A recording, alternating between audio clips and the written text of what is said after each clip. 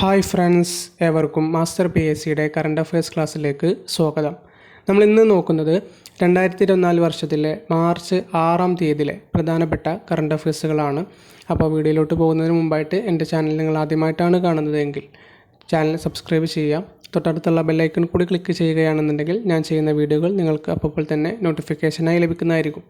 അപ്പോൾ വീഡിയോയിലോട്ട് പോകാം. ഒന്നാമത്തെ പോയിൻ്റ്, ഇന്ത്യയിൽ ആദ്യമായി ഒരു സംസ്ഥാന സർക്കാർ ഒരുക്കുന്ന OTT പ്ലാറ്റ്ഫോം. ഇന്ത്യയിൽ ആദ്യമായി ഒരു സംസ്ഥാന സർക്കാർ ഒരുക്കുന്ന OTT പ്ലാറ്റ്ഫോം ഏതാണ്? സി സ്പേസ് ആണ് കേട്ടോ.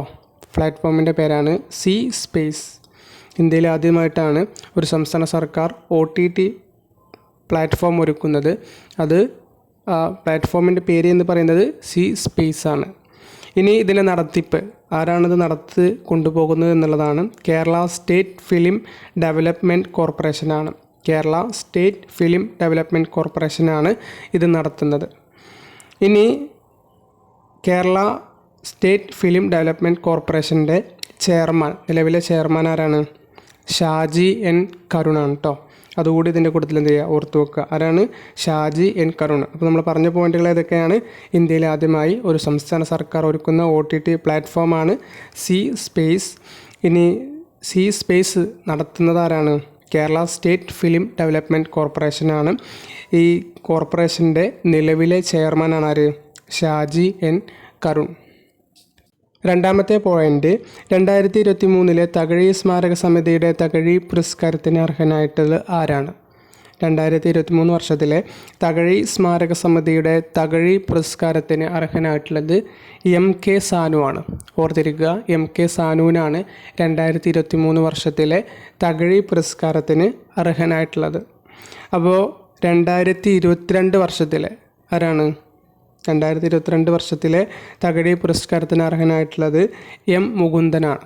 2022 വർഷത്തിൽ M മുകുന്ദനാണ്. 2021 വർഷത്തിൽ ആരാണ്? ലീലാവതിയാണ് കേട്ടോ. 2021 വർഷത്തിലെ തകഴി പുരസ്കാരത്തിന് അർഹനായിട്ടുള്ളത് ലീലാവതിയാണ്. 2022 വർഷത്തിലെ M മുകുന്ദനാണ്. 2023 വർഷത്തിലെ നമ്മളിപ്പോൾ പറഞ്ഞത് MK സാനു ആണ്. അപ്പോൾ പ്രഥമ തകഴി പുരസ്കാരം ലഭിച്ചത് ആർക്കാണ്? ജി ബാലചന്ദ്രനാണ് കേട്ടോ. അതുകൂടി ഇതിൻ്റെ കൂട്ടത്തിൽ ഓർത്തു വെക്കുക. പ്രഥമ തകഴി പുരസ്കാരം ലഭിച്ചത് ജി ബാലചന്ദ്രനാണ്. 2021 വർഷത്തിലെ ലീലാവതിയാണ്. 2022 വർഷത്തിൽ M മുകുന്ദനാണ്. 2023 ഇപ്പോൾ നിലവിൽ ലഭിച്ചിട്ടുള്ളത് MK സാനുവിനാണ്. അടുത്തത് മൂന്നാമത്തെ പോയിൻ്റ്, ഇതും ഒരു അവാർഡാണ്. മലയാറ്റൂർ സ്മാരക ട്രസ്റ്റിൻ്റെ 17ാമത് മലയാറ്റൂർ അവാർഡിന് അർഹനായത്. മലയാറ്റൂർ സ്മാരക ട്രസ്റ്റിൻ്റെ 17ാമത് മലയാറ്റൂർ അവാർഡിന് അർഹനായത് ആരാണ്? സാറ ജോസഫാണ്. ജോസഫിനാണ് മലയാറ്റൂർ 17ാമത് മലയാറ്റൂർ അവാർഡ് അർഹനായിട്ടുള്ളത്. 2023 വർഷത്തിൽ കിട്ടേണ്ടതാണ്. അത് പ്രഖ്യാപിച്ചിട്ടുള്ളത് 2024 വർഷത്തിലാണ്. ഈ വർഷത്തിലാണ് അത് പ്രഖ്യാപിച്ചിട്ടുള്ളത് കേട്ടോ. 2023 വർഷമാണ്, ഓർത്തിരിക്കുക. കൃതി ഏതാണ്? സാറ ജോസഫിൻ്റെ ഏത് കൃതിക്കാണ് മലയാറ്റൂർ അവാർഡ് കിട്ടിയിട്ടുള്ളത്?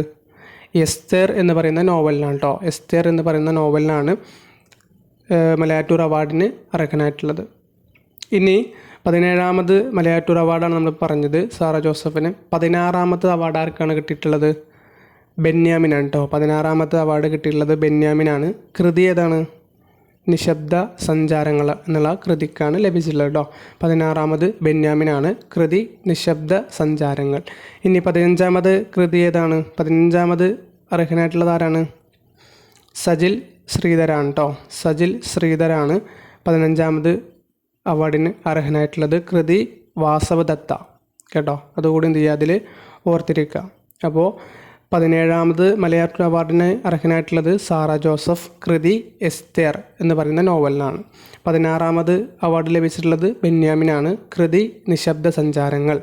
15ാമത് അവാർഡ് ലഭിച്ചിട്ടുള്ളത് ആർക്കാണ്? സജിൽ ശ്രീധരാണ്. കൃതി വാസവദത്ത. അപ്പോൾ ഇതെന്ത് ചെയ്യുക, അതുകൂടി ഇതിൻ്റെ കൂട്ടത്തിൽ ഓർത്തിരിക്കുക.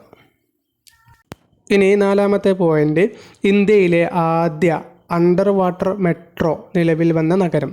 ഇന്ത്യയിലെ ആദ്യ അണ്ടർ വാട്ടർ മെട്രോ നിലവിൽ വന്ന നഗരം ഏതാണ്? കൊൽക്കത്തയാണ് കേട്ടോ. ഇന്ത്യയിൽ ആദ്യമായിട്ട് അണ്ടർ വാട്ടർ മെട്രോ നിലവിൽ വന്ന നഗരം എന്ന് പറയുന്നത് കൊൽക്കത്തയാണ്. ഇനി ഇത് ഏത് നദിയിലാണെന്നുള്ളത് കൂടി ഓർത്തിരിക്കുക. ഏത് നദിയാണ്? ഹുഗ്ലിയാണ് കേട്ടോ. ഹുഗ്ലി നദിയിലാണ് ആദ്യ അണ്ടർ വാട്ടർ മെട്രോ നിലവിൽ വരുന്നത്. നഗരം കൊൽക്കത്തയാണ്. ഓക്കെ. അടുത്തത് 5-ാമത്തെ പോയിൻ്റ്, പ്രഥമ ഇന്ത്യൻ പാഡിൽ ഫെസ്റ്റിവലിൻ്റെ വേദി. പ്രഥമ ഇന്ത്യൻ പാഡിൽ ഫെസ്റ്റിവലിൻ്റെ വേദി എവിടെയാണ്? മംഗളൂരു. ഏതാണ്? മംഗളൂരു. പ്രഥമ ഇന്ത്യൻ പാഡിൽ ഫെസ്റ്റിവലിൻ്റെ വേദി മംഗളൂരു. അടുത്തത് 6-ാമത്തെ പോയിൻ്റ്, സൈബർ തട്ടിപ്പുകൾ തടയുക എന്ന ലക്ഷ്യത്തോടെ സഞ്ചാർ സാധി പോർട്ടൽ ആരംഭിച്ച സംവിധാനം. സൈബർ തട്ടിപ്പുകൾ തടയുക എന്ന ലക്ഷ്യത്തോടെ സഞ്ചാർ സാധി പോർട്ടൽ ആരംഭിച്ച സംവിധാനമാണ് ചക്ഷു. ഏതാണ്? ചക്ഷു കേട്ടോ. ചക്ഷു ആണ് സൈബർ തട്ടിപ്പുകൾ തടയുക എന്ന ലക്ഷ്യത്തോടെ സഞ്ചാർ സാധി പോർട്ടൽ ആരംഭിച്ച സംവിധാനം. ഓർത്തിരിക്കുക കേട്ടോ. കേന്ദ്ര കമ്മ്യൂണിക്കേഷൻ മന്ത്രി ആരാണ്? അശ്വിനി വൈഷ്ണവാണ്. അതുകൂടി എന്ത് ചെയ്യുക, അതിൻ്റെ കൂട്ടത്തിൽ ഓർത്തിരിക്കുക കേട്ടോ. കേന്ദ്ര കമ്മ്യൂണിക്കേഷൻ മന്ത്രിയാണ് ആര്? അശ്വിനി വൈഷ്ണവ്.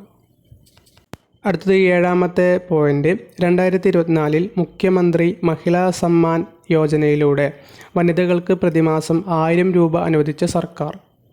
2024 മുഖ്യമന്ത്രി മഹിളാ സമ്മാൻ യോജനയിലൂടെ വനിതകൾക്ക് പ്രതിമാസം 1000 രൂപ അനുവദിച്ച സർക്കാർ ആരാണ്? ഈ സർക്കാരാണ് ഡൽഹി സർക്കാരാണ് കേട്ടോ. ഡൽഹി സർക്കാരാണ് 2024 വർഷത്തിൽ മുഖ്യമന്ത്രി മഹിളാ സമ്മാൻ യോജനയിലൂടെ വനിതകൾക്ക് പ്രതിമാസം 1000 രൂപ അനുവദിച്ച സർക്കാർ. ഇനി ഡൽഹി മുഖ്യമന്ത്രി ആരാണ്? അരവിന്ദ് കെജ്രിവാളാണ്. എല്ലാവർക്കും അറിയാലോ, ഡൽഹി മുഖ്യമന്ത്രി അരവിന്ദ് കെജ്രിവാളാണെന്ന് ഓർത്തിരിക്കുക.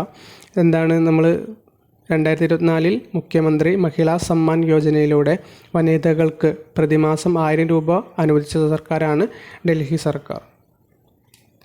ഇനി 8-ാമത്തെ പോയിൻ്റ്, അരുണാചൽ പ്രദേശിലെ 26-ാമത് ജില്ല. ഇപ്പോൾ പുതിയ ജില്ല വന്നിട്ടുണ്ട്.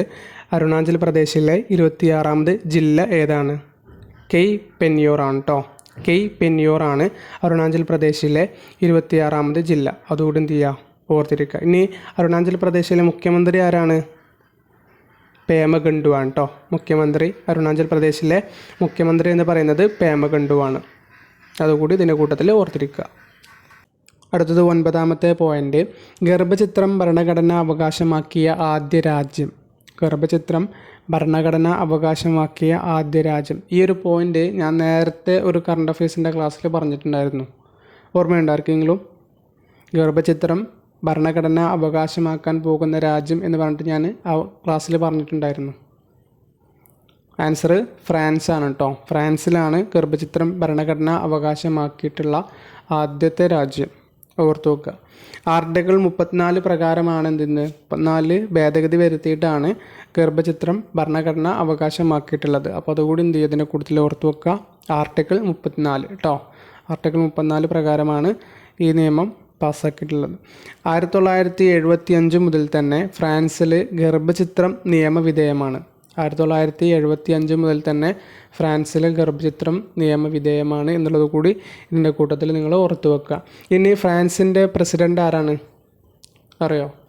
കറണ്ട് അഫയേഴ്സ് ക്ലാസ്സിൽ തന്നെ നമ്മൾ പഠിച്ചിട്ടുണ്ട്. ഫ്രാൻസിലെ പ്രസിഡൻറ്റ് ഇമ്മാനുവൽ മാക്രോൺ കേട്ടോ. ഇമ്മാനുവൽ മാക്രോൺ ആണ് ഇപ്പോഴത്തെ ഫ്രാൻസിലെ പ്രസിഡൻറ്റ്. പ്രൈം മിനിസ്റ്റർ ആരാണ്? ഗബ്രിയൽ അടലാണ് അല്ലേ. പ്രൈം മിനിസ്റ്റർ എന്ന് പറയുന്നത് ഗബ്രിയൽ അടലാണ്. രണ്ടും എന്ത് ചെയ്യുക, 2 പോയിൻറ്റും കൂടി നിങ്ങൾ ഓർത്തു വെക്കുക. ഇമ്മാനുവൽ മാക്രോണുമായി ബന്ധപ്പെട്ട ഒരു പോയിൻ്റ് കൂടി നമുക്ക് പഠിക്കാനുണ്ട്. ഇനി ഫ്രാൻസിലെ പ്രസിഡൻ്റായിട്ടുള്ള ഇമ്മാനുവൽ മാക്രോൺ ഇന്ത്യയിലോട്ട് മുഖ്യ അതിഥിയായിട്ട് വന്നിട്ടുണ്ട്. എപ്പോഴാണെന്നറിയോ? 2024 ജനുവരിയിൽ നടന്ന റിപ്പബ്ലിക്കിൽ, ഈ വർഷം നടന്ന റിപ്പബ്ലിക് ദിനത്തിൽ മുഖ്യ അതിഥിയായിട്ട് വന്നിട്ടുള്ളത് ആരാണ്? ഫ്രാൻസിലെ പ്രസിഡൻ്റായിട്ടുള്ള ഇമ്മാനുവൽ മാക്രോൺ ആണ്. അതുകൂടി എന്ത് ചെയ്യുക, ഇതിൻ്റെ കൂട്ടത്തിൽ നിങ്ങൾ ഓർത്തു വെക്കുക കേട്ടോ. അടുത്തത് 10-ാമത്തെ പോയിൻ്റ്, 2024 ഫെബ്രുവരിയിലെ ബ്ലൂംബെർഗിൻ്റെ സൂചിക പ്രകാരം ലോകത്തിലെ ഏറ്റവും കോടീശ്വരനായ വ്യക്തി. 2024 ഫെബ്രുവരിയിലെ ബ്ലൂംബെർഗിൻ്റെ സൂചിക പ്രകാരം ലോകത്തിലെ ഏറ്റവും കോടീശ്വരനായിട്ടുള്ള വ്യക്തി ആരാണ്? ജെഫ് ബെസോസ് ആണ് കേട്ടോ. ജെഫ് ബെസോസ് ആണ് 2024 വർഷത്തിലെ ഫെബ്രുവരിയിലെ ബ്ലൂംബെർഗിൻ്റെ സൂചിക പ്രകാരം ലോകത്തിലെ ഏറ്റവും കോടീശ്വരനായിട്ടുള്ള വ്യക്തി. മുമ്പ് ആരായിരുന്നു? എലോൺ മസ്ക് ആയിരുന്നു. എലോൺ മസ്കിനെ കടത്തി വെട്ടിയിട്ടാണ് ആര്? ജെഫ് ബെസോസ് കോടീശ്വരനായിട്ടുള്ളത്. അപ്പോൾ അതുകൂടി എന്ത് ചെയ്യുക, അതിൻ്റെ കൂട്ടത്തിൽ നിങ്ങൾ ഓർത്ത് വെക്കുക കേട്ടോ. അടുത്തത് 11ാമത്തെ പോയിൻ്റ്, ഏത് രാജ്യത്തു നിന്നുമാണ് ഇന്ത്യ MH-16 റോമിയോ സീഹോക്ക് ഹെലികോപ്റ്ററുകൾ വാങ്ങിയത്? ഏത് രാജ്യത്തു നിന്നുമാണ് ഇന്ത്യ MH-16 റോമിയോ സീഹോക്ക് ഹെലികോപ്റ്ററുകൾ വാങ്ങിയത്? ഏത് രാജ്യത്തു നിന്നാണ്? അമേരിക്കയിൽ നിന്നാണ് കേട്ടോ. അമേരിക്കയിൽ നിന്നാണ് ഇന്ത്യ MH-16 എന്ന് പറയുന്ന റോമിയോ സീഹോക്ക് ഹെലികോപ്റ്ററുകൾ വാങ്ങിച്ചിട്ടുള്ളത്. അതുകൂടി എന്ത് ചെയ്യുക, ഇതിൻ്റെ കൂട്ടത്തിൽ നിങ്ങൾ ഓർത്തു വെക്കുക. ഇന്നത്തെ കറണ്ട് അഫയേഴ്സിൻ്റെ ക്ലാസ് ഇവിടെ പൂർണ്ണമാവുകയാണ്. ഇന്നത്തെ വീഡിയോ നിങ്ങൾക്ക് ഇഷ്ടമായെങ്കിൽ വീഡിയോ ലൈക്ക് ചെയ്യുക. നിങ്ങളുടെ അടുത്ത കൂട്ടുകാർക്ക് കൂടി ഈ വീഡിയോയുടെ ലിങ്ക് ഷെയർ ചെയ്ത് കൊടുക്കുക. അപ്പോൾ അടുത്ത വീഡിയോ ആയിട്ട് ഞാൻ വീണ്ടും വരുന്നതായിരിക്കും. അതുവരേക്കും ബൈ ബൈ.